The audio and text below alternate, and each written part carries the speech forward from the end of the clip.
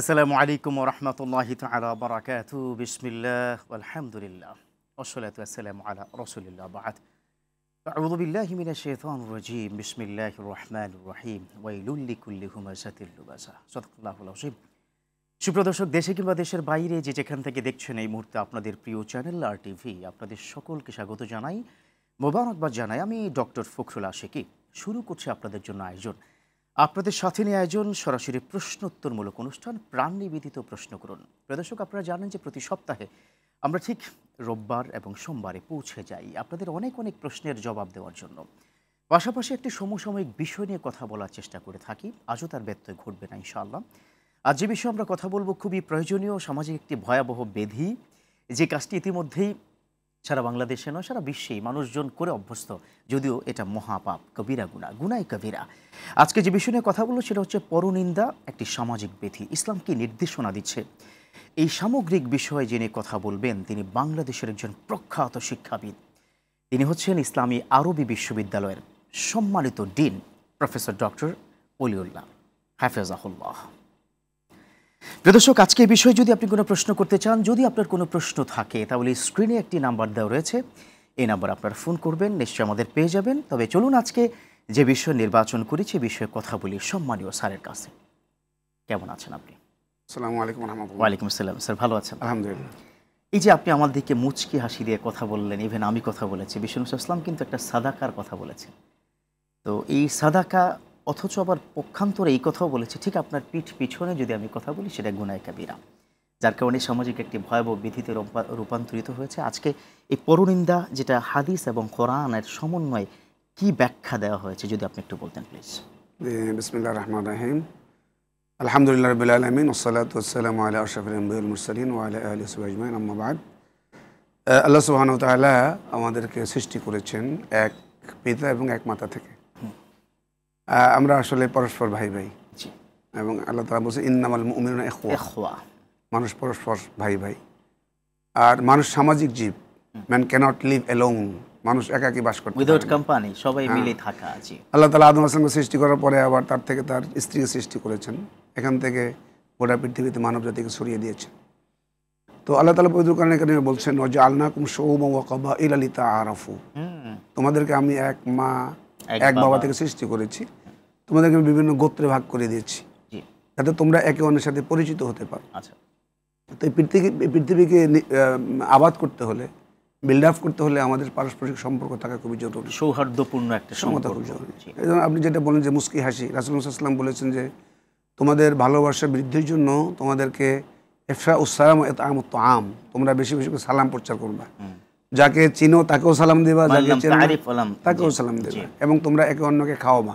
তাহলে এর মাধ্যমে কি হবে? তোমাদের পারস্পরিক সম্পর্ক, সিত্তু খেসাল, একজন মুমিনের 6টা অভ্যাসের মধ্যে এটা যেন থাকে, মানে তোমাদের সম্পর্ক অটুট হবে। এবং শুধু তাই না, ওই যে মুস্কি হাসি, তাবাসসুমুকা ফি আখিকা সাদাকা, তুমি যখন তোমার ভাইয়ের সাথে মুস্কি হাসি দিয়ে কথা, এটাও তোমার একটা সাদাকা। এবং মানব জীবনের প্রত্যেকটা আমলই হচ্ছে ইবাদত। আচ্ছা, ওয়া মা খালাকতুল জিন্না ওয়াল ইনসা ইল্লা লিয়াবুদুন।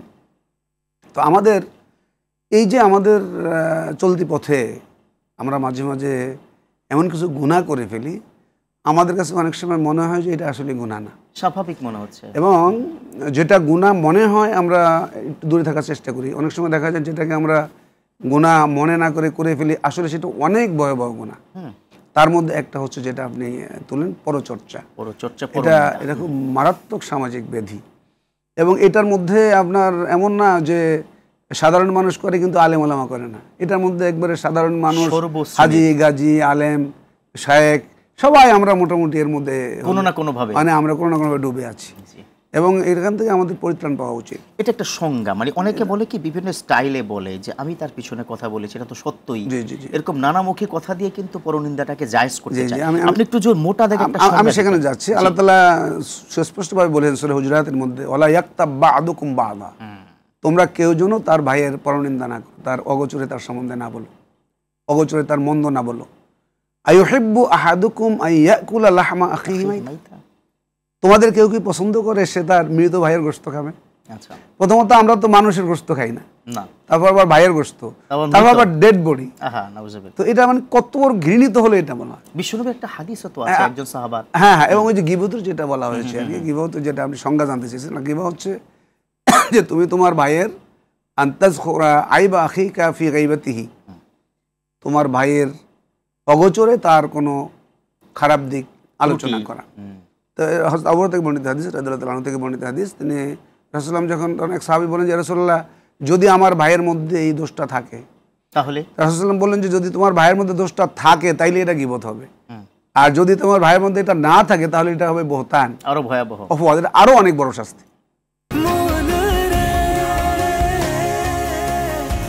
এভাবে ভরপুর বেঁচে থাকাটাই জীবন, আর জীবনের স্বাদের অনিবার্য সঙ্গী প্রাণ। তো আমরা এই গীবত কিছু কিছু জায়গায় জায়েজ আছে, মানে কিছু কিছু জায়গা আছে যেখানে এটাকে গীবত বলা হয় না। যেমন ধরেন যে হাদিস বর্ণনার ক্ষেত্রে আমরা সেটা যদি এখন প্রযোজ্য না, যখন হাদিসগুলোকে যখন তাসনিফ হতো, সন্নিবেশ হতো, হাদিসের বর্ণনাকারী যদি কোনো ত্রুটি থাকতো, যেমন একটা লোক মিথ্যাবাদী, একটা লোক মিথ্যার ব্যাপারে অভিযুক্ত, অথবা একটা লোকের চরিত্রের ব্যাপারে মানে কি লোকাল আছে, একটা লোক স্মৃতিশক্তি দুর্বল, এই জাতীয় কারণে অনেক সময় দেখা যায় এই লোকটার বর্ণিত হাদিসগুলো নেওয়া যায় না। আচ্ছা, তো তখন কারোর মধ্যে এই জাতীয় ত্রুটি থাকলে এটা বলতে হবে, যেহেতু না হলে তো আমরা এই হাদিসের সত্যাসত্য যাচাই করতে পারবো না। আরেকটা হচ্ছে যে কোনো মানুষ যদি খারাপ হয় আর তার এই খারাপটা অন্যের কাছে প্রকাশ না করলে কোনো মানুষ তার দ্বারা প্রতারিত হতে পারে। আচ্ছা, যেমন রাসূলুল্লাহ সাল্লাল্লাহু আলাইহি ওয়াসাল্লাম আমার কাছে এক মহিলা যে বলছে, ইয়া রাসূলুল্লাহ আমাকে অমুক ব্যক্তি আর অমুক ব্যক্তি বিয়ের প্রস্তাব দিয়েছে। রাসূলুল্লাহ বলেন যে তার এই দুইজনের কোনোজনই তোমার জন্য ফিট না। একজন সম্বন্ধে বলেছেন যে দর্রাবুল নিসা, সে তো নারীদেরকে মারে, আচ্ছা, তো তুমি ওর কাছে বিয়ে করে মার খেতে হবে। আচ্ছা, আর আরেকজন সম্বন্ধে বলেছে যে সে আসলে তোমার ভরণ পোষণ বহন করতে পারবে না, তো তুমি অমুককে বিয়ে করো। তৃতীয় একজন নাম বলেছেন, সম্ভবত ওসামা রাদিয়াল্লাহু নাম বলেছেন যে তুমি বরং ওসামাকে বিয়ে করো। তো যে দুইজনকে তিনি ফেরত দিলেন, তার মানে তিনি এক অর্থে তাদের অগোচরে তাদের মন্দ বলেছেন, কিন্তু এখানে তিনি মন্দ বলেছেন ওই মহিলার উপকারের জন্য, সাবধানতার জন্য। আপনি যদি মনে করেন যে কোনো লোক আমার কাছে পরামর্শ চাইলো যে আমি অমুকের সাথে আত্মীয়তা করতে পারি কিনা, অথবা অমুকের সাথে লেনদেন করতে পারি কিনা, কিন্তু আপনি জানেন যে ওই লোকটার চরিত্র ভালো না, খেয়ানত করে, অথবা তার স্বভাব ভালো না, সেক্ষেত্রে আপনি এই লোকটার কল্যাণার্থে তাকে বলতে পারবেন, সাবধানতার জন্য। আদারওয়াইজ আপনি কারো বিরুদ্ধে কথা বলার কোনো সুযোগই নেই, ইসলাম সেটা দেয়নি, এবং সেটাকে অনেক সময় আমরা স্বাভাবিক মনে করি, যদি সেটা মারাত্মকভাবে হারাম। সোশ্যাল মিডিয়াতে অনেক প্রশ্ন এসেছে, লাইভেও প্রশ্ন আসবে, আমরা কিছু সোশ্যাল মিডিয়ার প্রশ্ন আপনার কাছে তুলে দিচ্ছি। একজন বলেছে যে রাজনৈতিক মঞ্চে কিংবা মাঠে এক নেতা অনেক অন্য নেতার বিরুদ্ধে কথা বলে থাকে, সেক্ষেত্রে কিছুটা সত্য হলেও এটা কি মিথ্যা হবে কিনা, বা এটা কি গীবত হবে কিনা? জি, রাজনৈতিক নেতা, যেহেতু রাজনৈতিক নেতারা আমাদের দেশ শাসন করে, আচ্ছা, ইউনিয়নের চেয়ারম্যান থেকে শুরু করে পার্লামেন্টের মেম্বার পর্যন্ত, তো রাজনৈতিক নেতা তো আসলে আমানত ধরা খুব জরুরি। আমরা দেখা যায় নির্বাচন আগে বলি অমুক নেতার চরিত্র ফুলের মতো পবিত্র, কিন্তু বাস্তবে দেখা যায় যে আসলে নেতার কোনো চরিত্রই নাই। তো আসলে এই রাজনীতিক যারা নেতা হবেন তাদের তো আসলে চরিত্র হতে অনেক চমৎকার, এবং হাদিসে আসছে যে আল্লাহ তাআলা কিয়ামতের দিন 7 ব্যক্তিকে আরশের নিচে ছায়া দেবেন, তার মধ্যে কিন্তু প্রধান এক নম্বর হচ্ছে ইমামুন আদেল, যিনি ন্যায়পরায়ণ বাদশা। তো রাজনীতিতে যিনি আমানতদার হবেন, সত্যবাদী হবেন, মানুষের অধিকার পূরণ করবেন, তিনি যেমন জান্নাতে মানে যিনি আরশের নিচে ছায়া পাবেন এক নম্বর ব্যক্তি, আবার তিনি যদি খেয়ানত করেন তাহলে তিনি একেবারে আসফালুস সাফিলিন, মানে অনেক নিচে তার অবস্থান হবে। তো সেক্ষেত্রে আমি যদি রাজনৈতিক মঞ্চে যিনি এমপি হতে চান, মন্ত্রী হতে চান, তার ত্রুটি থাকলে এটা জনসম্মুখে বলতে হবে, যদি সত্য হয়। সত্য হলে বলতে হবে যে এই লোকটা আসলে এই ধরনের, কারণ তোমরা যদি তাকে মনোনয়ন দাও বা তোমরা যদি তাকে নির্বাচিত করে এই পদে, তিনি তোমাদের দায়িত্ব পালন করতে পারবে না। কিন্তু এই লোকটাকে কোনোভাবেই মিথ্যা যদি হয়, এটা যদি তথ্যটা যদি মিথ্যা হয় তাহলে কোনোভাবে এটা বলা যাবে না। কিন্তু এটা কি আঘাত হলো না? এটা তো লোকদেরকে সতর্ক করার জন্য, কারণ এটা জায়েজ আছে। তাওয়ানু আলাল বিররি ওয়াত তাকওয়া ওয়ালা তাওয়ানু আলাল ইসমি ওয়াল উদওয়ান, তোমরা ভালো কাজে মানুষকে সহযোগিতা করো, মন্দ কাজে তোমরা মানুষকে কি করো, অসহযোগিতা করো। তো এখন একজন মানুষ একটা দায়িত্বে আসবে, সে যদি খেয়ানত মানে খায়েন হয়, মানে আমানতদার না হয়, এবং সে যদি মিথ্যাবাদী হয়, সে যদি জনগণের সম্পদ লুটপাট করার মতো চরিত্রে ধারণ করে, সে যদি চোর বাটপার হয়, তাহলে আমাকে জনগণকে বলতে হবে যে এই লোকটাকে যদি তোমরা আমানতদার বানাও, তোমাদের নেতা বানাও, তাহলে তোমরা তাদের ক্ষতিগ্রস্ত হতে পারো। এটা মূলত ওনার বদনাম করা না, মানে সাবধানতার জন্য, মানুষকে ক্ষতির হাত থেকে বাঁচানোর জন্য, ওয়ালা তাআওয়ানু আলাল বিররি, এটা হলো মূল কথা। মানে মানুষকে ক্ষতির হাত থেকে বাঁচানোর জন্য এটা বলা যাবে। চমৎকার। একজন ভাই বলেছে যে কোনো স্ত্রী, মানে সে তার কথা বলেনি, যে কোনো স্ত্রী যদি স্বামীর বদনাম অথবা স্বামীর কোনো বিষয়ে শ্বশুর বাড়িতে বলে থাকে, অর্থাৎ বুঝছেন তো, স্ত্রীর বাপের বাড়িতে যদি বলে থাকে, সেটা যদি সত্য হয় তাহলে এটা গীবত হবে কিনা। এবং উনি হয়তো এটা কি বুঝাতে চেয়েছেন যে শ্বশুর বাড়িওয়ালা তো তাকে কিছু সাবধানতা করতে পারবে অ্যাজ এ অভিভাবক, তাহলে এটা গীবত হবে কিনা। আচ্ছা, আমি এটা বলছি, গীবতের সংজ্ঞাটা যেটা বলছিলাম, রাসূল সাল্লাল্লাহু আলাইহি ওয়াসাল্লাম তো বলেছেন যে আসলে গীবত করা যাবে না, পরনিন্দা করা যাবে না। যেটা হযরত আয়েশা রাদিয়াল্লাহু আনহা একদিন মা সুফিয়া সম্বন্ধে বলছেন, হাসবুকা মিন সুফিয়া কাজা ওয়া কাজা তানি আন্নাহা কাসীরা। তিনি একটু শর্ট, এই জন্য এটা বলছেন। রাসূল সাল্লাল্লাহু আলাইহি ওয়াসাল্লাম এত রাগান্বিত হলেন এবং তিনি বললেন যে ইন্নাকে কুলতি কালিমাতান লাউ মুজিজাত বিমাইল বাহরি লামাজাজাতহু। তুমি এমন একটা শব্দ উল্লেখ করেছো যে এটা যদি সমুদ্রের পানির সাথে মিশিয়ে দেয়, সমুদ্রের পানিও বিবর্ণ হয়ে যাবে। তো আসলে বিশেষ করে স্বামী স্ত্রীর সম্পর্কটা তো অনেক ভালোবাসার সম্পর্ক। আল্লাহ তাআলা কোরআনে এটা বলেছেন, আরো বলেছেন যে মাওয়াদ্দা ওয়া রাহমা, পরস্পর সম্পর্কটা হচ্ছে ভালোবাসা এবং কল্যাণের সম্পর্ক। তো এখন স্বামীর তো কিছু ত্রুটি থাকবে, স্ত্রীরও কিছু ত্রুটি থাকবে।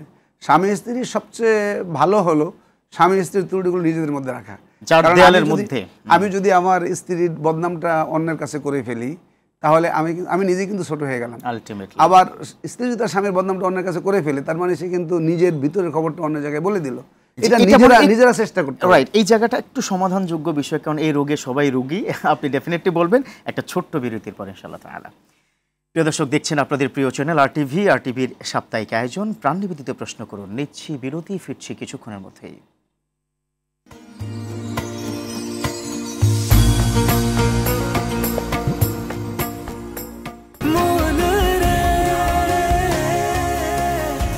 এভাবে ভরপুর বেঁচে থাকাটাই জীবন, আর জীবনের স্বাদের অনিবার্য সঙ্গী প্রাণ।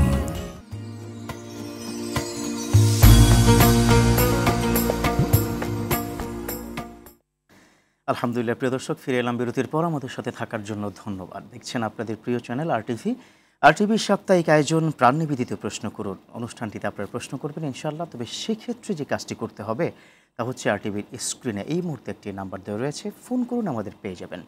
আলোচনা করছিলাম পরনিন্দা একটি সামাজিক ব্যাধি, সেক্ষেত্রে ইসলাম কি আমাদের উপদেশ দিচ্ছে।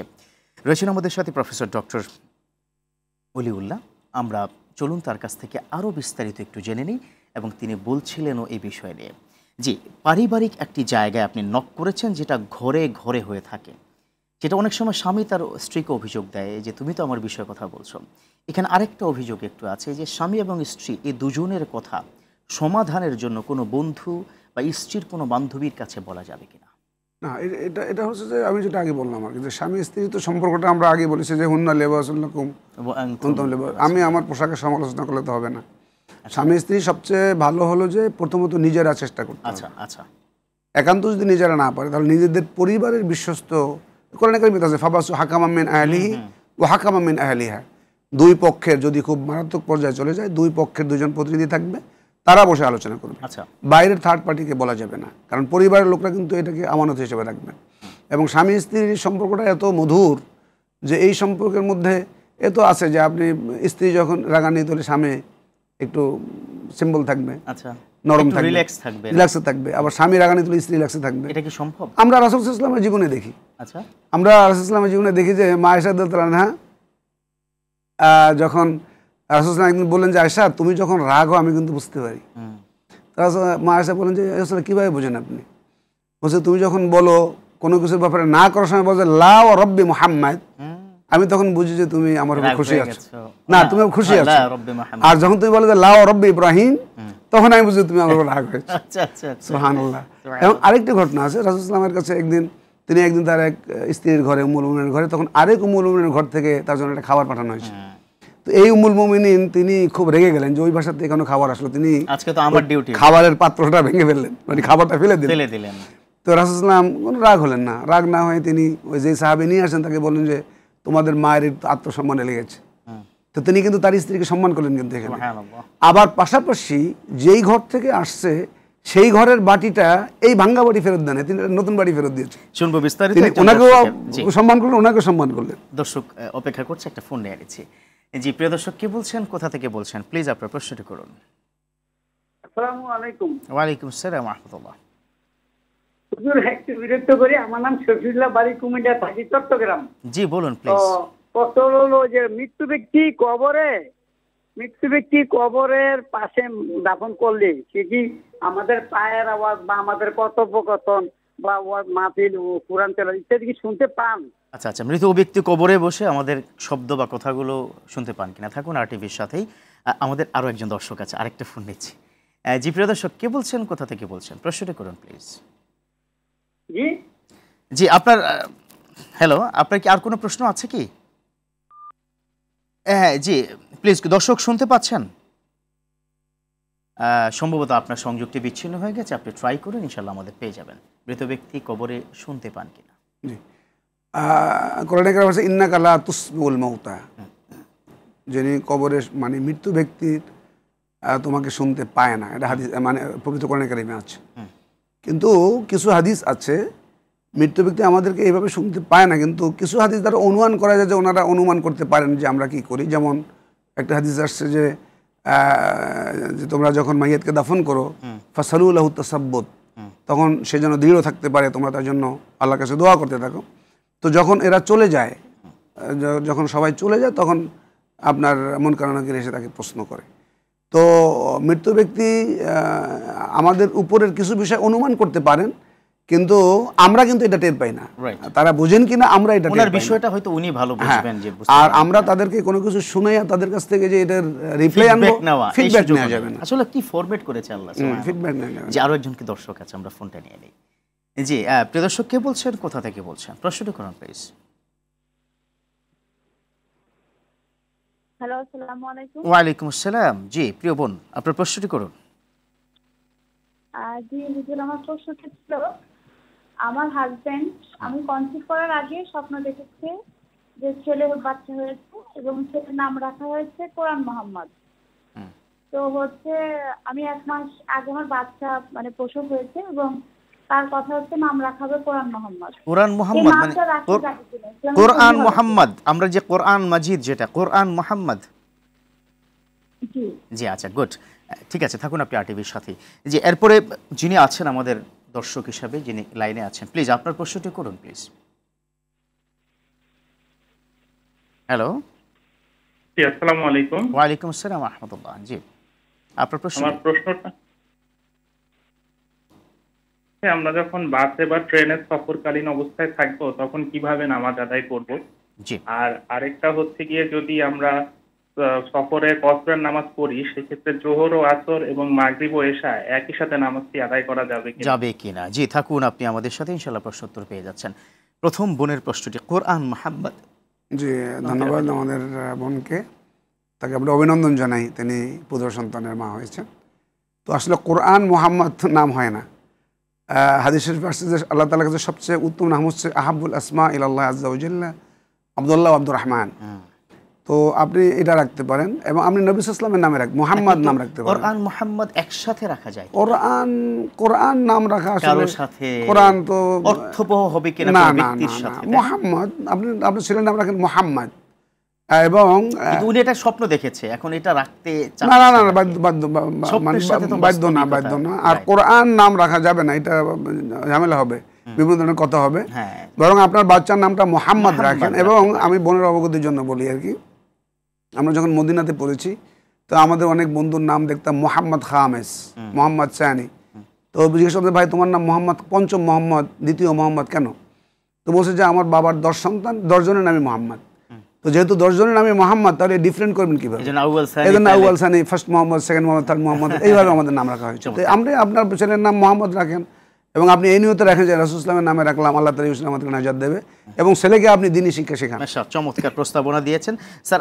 আরও বেশ কিছু প্রশ্ন আছে, দুটো প্রশ্নের জবাব তো দিবেনই, আরও অনেক দর্শক আছে, আর কি ফোন নিচ্ছি। জি প্রিয় দর্শক, কে বলছেন, কোথা থেকে বলছেন, প্রশ্নটি করুন।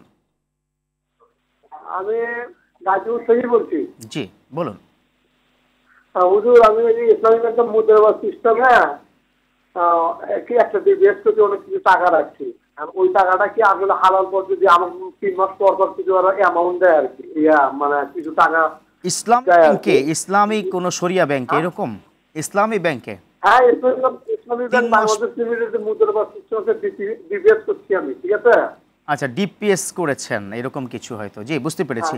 জি, থাকুন আপনি আরটিভির সাথে, ইনশাআল্লাহ প্রশ্ন উত্তর পেয়ে যাবেন। এটা পরে প্রশ্ন জবাব দিবেন। আর দর্শক তো অনেক অপেক্ষা করছে। ভাই ব্রেক প্রশ্ন করেছিল ট্রেনের মধ্যে তিনি নামাজ কিভাবে আদায় করবেন? যে আল্লাহ সুবহানাহু ওয়া তাআলা আমাদের দিনকে অনেক সহজ করে দিয়েছেন। তো ইয়াসসিরু ওয়ালা তুআসসিরু, তোমরা সহজ করো কঠিন করো না। সহিহ বুখারীতে অনেকগুলো হাদিস আছে যে আমরা যখন সফর অবস্থায় যাব, বাড়ি থেকে যখন বের হয়ে আমরা সফর মুসাফির যখন হয়ে যাব, নিজের গ্রাম বা নিজের যে এলাকা থেকে বের হয়ে গেলে, তো সেক্ষেত্রে আমাদের সফর যদি 72 কিলোমিটার 48 মাইলের দূরের সফর হয়, মানে মুসাফির হুকুমটা যদি আমার উপরে আসে, তাহলে আমাকে কি করতে হবে? যদি আমি সফরের আগে যদি জোহরের রক্ত হয়ে যায়, তাহলে আমি জোহর এবং আসর একসাথে পড়ে নিতে পারি। অথবা কোনো এক জায়গায় যে আমি আসর এবং আসরের টাইমে আমি জোহর এবং আসর পড়ে নিতে পারি, জমা করা। আবার ঠিক মাগরিবের রক্তে মাগরিব এবং এশা পড়তে পারি, অথবা এশার রক্তে মাগরিব এবং এশা জমে তাখির, একটা জমে তাকদিম, একটা জমে তাখির।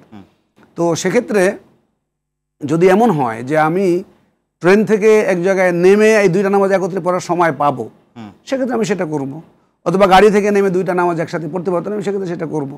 আর যদি মনে হয় যে আমার সফরটা এত লম্বা যে আমি কোথাও কোনো সুযোগ পাবো না, নামাজ কাজা হয়ে যেতে পারে, সেক্ষেত্রে আপনি জমান জোহর এবং আসর একটা টাইম উজু করে ওই ট্রেনের মধ্যে পড়ে নেবেন। হ্যাঁ, এবং কেবলা বিশেষ করে ফরজ নামাজের ক্ষেত্রে কেবলা ঠিক রাখা খুবই জরুরি, কেবলাটা ঠিক রেখে পড়তে হবে। দ্বিতীয় প্রশ্নের জবাব মনে উনি কি পেয়ে গেছে? কারণ আপনি জমার কথা অলরেডি বলে দিয়েছেন। হ্যাঁ, তিনি জমা করতে পারবেন। জি, আমরা আরো বেশ কিছু প্রশ্ন আছে সোশ্যাল মিডিয়াতে, এইটা থেকে আপনি প্রশ্নগুলো পাবেন এবং ডিরেক্ট প্রশ্ন তো আসবেই। আবার একটা ছোট্ট বিরতি নিয়ে নিই, তারপর ইনশাআল্লাহ আলোচনা ফিরছি।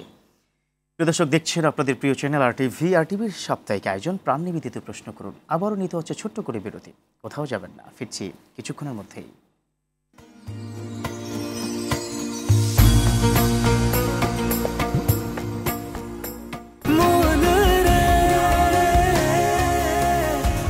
এভাবে ভরপুর বেঁচে থাকাটাই জীবন, আর জীবনের স্বাদের অনিবার্য সঙ্গী প্রাণ।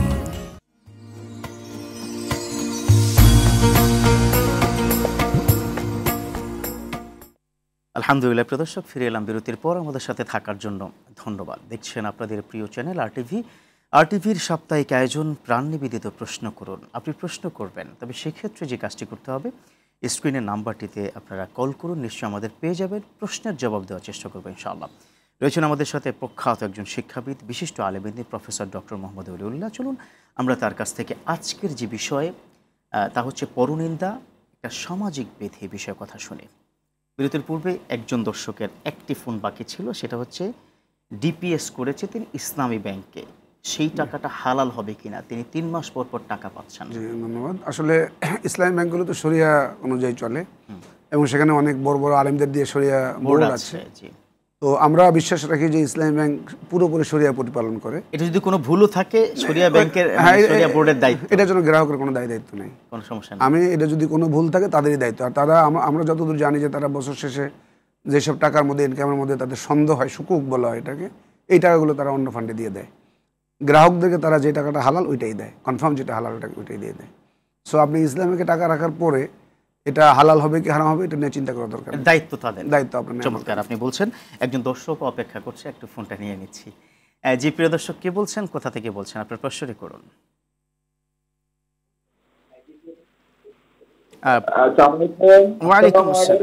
ওয়ালাইকুম আসসালাম। জি, আপনার প্রশ্নটি করুন। আমার প্রশ্নটা হলো, ছেলের উপার্জিত টাকায় মায়ের নামে সম্পত্তি জমি কেনার পর মায়ের জীবিত অবস্থায় ফেরত নেওয়া হয় নাই, এখন এটা কি হবে? টাকাটি হবে না, যে কিনছিল সেই হবে? টাকাটি যেই ছেলের, সেই ছেলে মায়ের নামে কিনেছে, প্রশ্ন তো এরকম। জি, থাকুন আপনি আমাদের সাথে, ইনশাআল্লাহ প্রশ্ন উত্তর পেয়ে যাচ্ছেন। আরেকজন দর্শকের ফোন নিয়ে নিই, তারপর জবাব দিচ্ছি। জি, প্রিয় দর্শক, কে বলছেন, কোথা থেকে বলছেন? প্রশ্নটি করুন। প্রিয় দর্শক, শুনতে পাচ্ছেন প্লিজ? সম্ভবত আপনার সংযোগটি বিচ্ছিন্ন হয়ে গেছে। জি, বুঝতে পেরেছেন কিনা প্রশ্নটি? মানে যে মায়ের টাকা দিয়ে না না ছেলের টাকা দিয়ে মায়ের নামে জমি ক্রয় করেছে, কিন্তু মা মারা গেছেন, ছেলের নামে আর দিয়ে যেতে পারেনি, হয়তো হঠাৎ মৃত্যু হয়েছে, আল্লাহ জান্নাত নসিব করুক। তো সেই ক্ষেত্রে কি এই সম্পত্তি মায়ের মানে তার আপন ভাই বোনের মধ্যে কি বন্টন করতে হবে কিনা? আসলে ছেলে যদি মায়ের নামে জমি কেন রেখেছে মানে কিনেছে, এটা একটা বিষয়। মানে ছেলে মায়ের নামে জমি কিনা দ্বারা যদি সে আসলে মাকে দিয়ে থাকে, যদি মনে করে যে আমি মায়ের নাম মানে মাকে দিয়ে দিয়েছি টাকাটা, আমি যদি মনে করি যে আমি 1 লাখ টাকা আমার মাকে দিয়ে দিয়েছি, তো মা এটা মালিক হয়ে গেলেন। এরপর যদি মা মারা যায় তাহলে ওয়ারিশ হিসাবে সবাই পাবে না, কিন্তু সম্পদটা তো ছিল মানে টাকাটা তো ছিল কোনো একজন ছিল। সেটা ঠিক আছে, মানে ছেলে যদি এটা মাকে এই জন্য দিয়ে থাকে যে মায়ের কাছে আমানত রাখছে, মা আবার তাকে ফেরত দেবে, তাহলে কেবল একমাত্র ছেলেই পাবে। আর যদি সে পুরো মাকেই মালিক বানায় দেয় তাহলে মা মারা যাওয়ার পরে মালিক হয়ে গেলে তো সেখানে কে টাকা দিল সেটা তো আর ইস্যু নাই। না না না, তার মানে ওই সম্পদের মালিক মায়ের সন্তান যারা আছে, যদি স্বামী হ্যাঁ থাকে সবাই স্বামীও পাবে, পাবে। সবাই পাবে। তাই তো?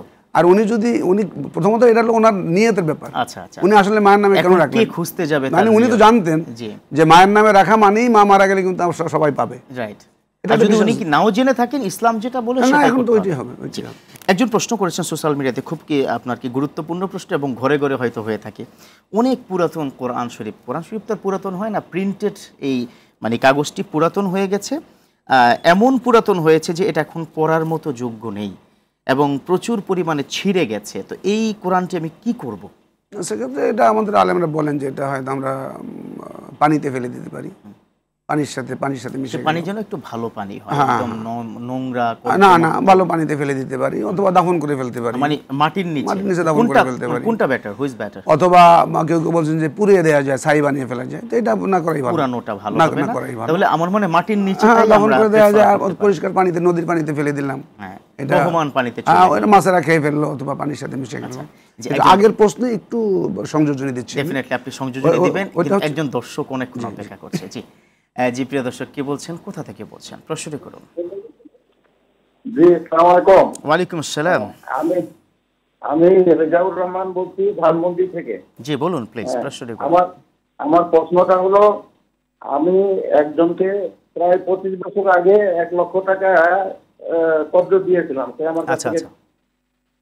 এরপরে বহুবার চাওয়ার পরেও সে টাকাটা আমাকে দেয় নাই। আর পর্যায়ে এমনও হয়েছে যে সে এর মধ্যে হজ করে আসছে, তারপর সে বলে যে আমি হজ করে আসছি, আমার কাছে আর কারো কোনো পাওনা নাই, আমার সব শোধ হয়ে গেছে। এখন সে হয়তো কোনোভাবে ফিল করছে যে আমার টাকাটা আমাকে দেওয়া উচিত। এখন এই 25 বছর পরে সে যদি আমাকে টাকাটা দিতে চায়, তাহলে কি আমি তার কাছ থেকে বর্তমান টাকার মূল্যমান হিসেবে অধিক টাকা ক্লেম করতে পারবো, নাকি তার কাছ থেকে আমি ওই 1 লাখ টাকাই নিতে হবে? আচ্ছা জি, থাকুন। আমি ফর এক্সাম্পল 25 বছর আগে 1 লাখ টাকা দিয়ে, বুঝতে পেরেছি, ওটা আমরা ক্লিয়ার। 25 বছর আগের যে টাকার মান, এখন টাকার মান ডেফিনেটলি এক নয়, কারণ 25 বছর আগে ডিমের হালি ছিল 6 টাকা। জি, আমরা আপনার এই প্রশ্নটি কি তুলে দিচ্ছি প্রিয় শায়েখের কাছে।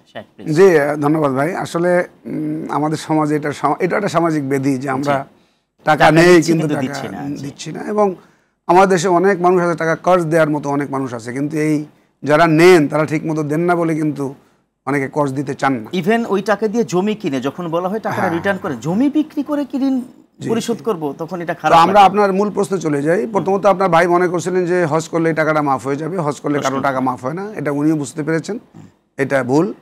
আর পাশাপাশি আপনাকে 25 বছর পর টাকা দিচ্ছে, যদি এমন হতো যে আপনাকে 1 লাখ টাকার বিনিময়ে তিনি আপনাকে এটা নির্দিষ্ট পরিমাণ জমি দিতে চেয়েছিল অথবা কোনো একটা সম্পদ দিতে চেয়েছিল, তাহলে আপনি ওই জিনিসটা কিন্তু নিতে পারবেন। কিন্তু যেহেতু টাকার বিনিময়ে যেহেতু আপনি টাকাই নিচ্ছেন, সেক্ষেত্রে আপনাকে 1 লাখ টাকায় নিয়ে খুশি থাকতে হবে। বাকি 25 বছর যে আপনার টাকাটা ওনার কাছে ছিল, এই জন্য আপনি আল্লাহ তাআলা আপনাকে অনেক সওয়াব বাড়িয়ে দেবেন, কিন্তু কোনো টাকা নেওয়া যাবে না, টাকা বা অন্য কোনো কিছু নেওয়া যাবে না, কোনো সম্পদ কিছুই নেওয়া যাবে না। 1 লাখ মানে 1 লাখই। এবং আপনি কিন্তু এই 25 বছর যে আপনার টাকাটা তার কাছে ছিল, আপনি হয়তো নগদ কিছু পান না, আপনার মন খারাপ হতে পারে, আল্লাহ তাআলা এর বিনিময়ে আপনাকে অনেক অনেক সওয়াব দেবেন ইনশাআল্লাহ, হাজার না লক্ষ গুণ। কারণ আল্লাহ বলেছেন তো যে কে আল্লাহকে কর্জ দেবে। আসলে মূলত আল্লাহ তো টাকা নেন না, মাইয়ুকরিদুল্লাহ কারদান হাসানা, আল্লাহকে কে উত্তম কর্জ দেবে, এটা মূলত আপনার একজন বিপদগ্রস্ত ভাইয়ের জন্যই বলা হয়েছে যে কে একজনকে কর্জ দেবে। এখন আমরা দেখা যায় কর্জ দিতে যাই, কিন্তু দিতে যাই আমরা প্রতারিত হয়ে যাই। তো আমরা যারা কর্জ নেই তারাও যেন সাবধান হই, যথাসময় যেন আমানতের সাথে আমরা কর্জটা দিয়ে দিই। তো ভাইয়ের জন্য ফতোয়া হলো যে ভাই 1 লাখ টাকাই নেবেন।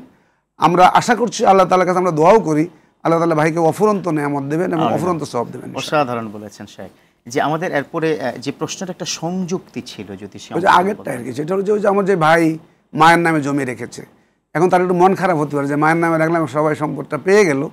আপনি এখানে অনেক পুণ্য পাবেন। আপনি মায়ের নামে দিয়েছেন, মায়ের খেদমত করেছেন, মা অনেক খুশি হয়েছে, আর মা খুশি হলে আল্লাহ খুশি হন। পাশাপাশি আপনার এগুলো আপনার ভাইরাই তো পাবে, ভাই বোনরাই পাবে, এতে আপনারও মন খারাপ করার কিছু নেই। আর যদি ভাই বোনরা একত্রিত হয়ে বলে যেন এটা যেহেতু তোমার সম্পদ, তুমি মাকে দিয়েছো, যদি ওরা মনে করে যে আমরা নেবো না, তুমি নিয়ে যাও, বাবাও তো থাকবে, যদি বাবা জীবিত থাকে তিনিও পাবেন। তারা যদি একত্রিত আপনাকে দিয়ে দেয়, আপনি নিয়ে নেন। আর যদি মনে করে তারা ভাগ চায়, তাদেরকে দেন, দিলে আপনার সব কমবে না। আপনি তো অলরেডি মায়ের সন্তুষ্টির মাধ্যমে অলরেডি আপনি জান্নাত পেয়ে গেছেন। রেদার রব ফি রেদাল ওয়ালিদাইন, পিতামাতার খুশির মধ্যে আল্লাহর খুশি। জি, অনেক অনেক ধন্যবাদ জানাচ্ছি। আপনি অনেকগুলো প্রশ্নের জবাব দিয়েছেন, পরনিন্দা নিয়েও কিন্তু বেশ কিছু তথ্যপাদ্য আপনি দিয়েছেন কোরআন এবং হাদিসের আলোকে। আশা করি আমাদের সমাজ পরিবর্তনের ক্ষেত্রে আপনার আজকের আলোচনা ব্যাপক ব্যাপক উপকারে আসবে। জাযাকুমুল্লাহ খায়র, বারাকাল্লাহ ফিক। প্রিয় দর্শক, সত্যি তাই, পরনিন্দা পরচর্চা এটা সামাজিক বেধি হয়ে গেছে, এটা একটা অভ্যাসে পরিণত হয়ে গেছে। এমনকি আমাদের অনেকের তো এটাই হয়তো মনে নেই, বা এটা আপনি ধারণাই রাখেন না যেটা গুনাহ, অথচ এটা গুনাহ কাবীরা, ভয়ঙ্কর গুনাহ, এবং তাওবা করতে হবে। আপনি কি জানেন, আপনি যার পরনিন্দা করছেন তার আমল নামায় কিন্তু আপনার এটার বিনিময়ে তার আমল নামায় ঢুকে যাচ্ছে আপনার নেক আমল। তো কেন আপনি এই কাজগুলো করবেন? আসুন পরনিন্দা থেকে নিজে মুক্ত থাকি, পরিবার সকলকে মুক্ত রাখি, আশেপাশের বন্ধু, পরিবার, পরিজন, সামাজিকভাবে যে যেখানে আছি আমরা অন্তত এটা থেকে নিজেরা বিরত থাকি, অন্যকে বিরত রাখি, সেই প্রত্যাশায় শেষ করতে চাই।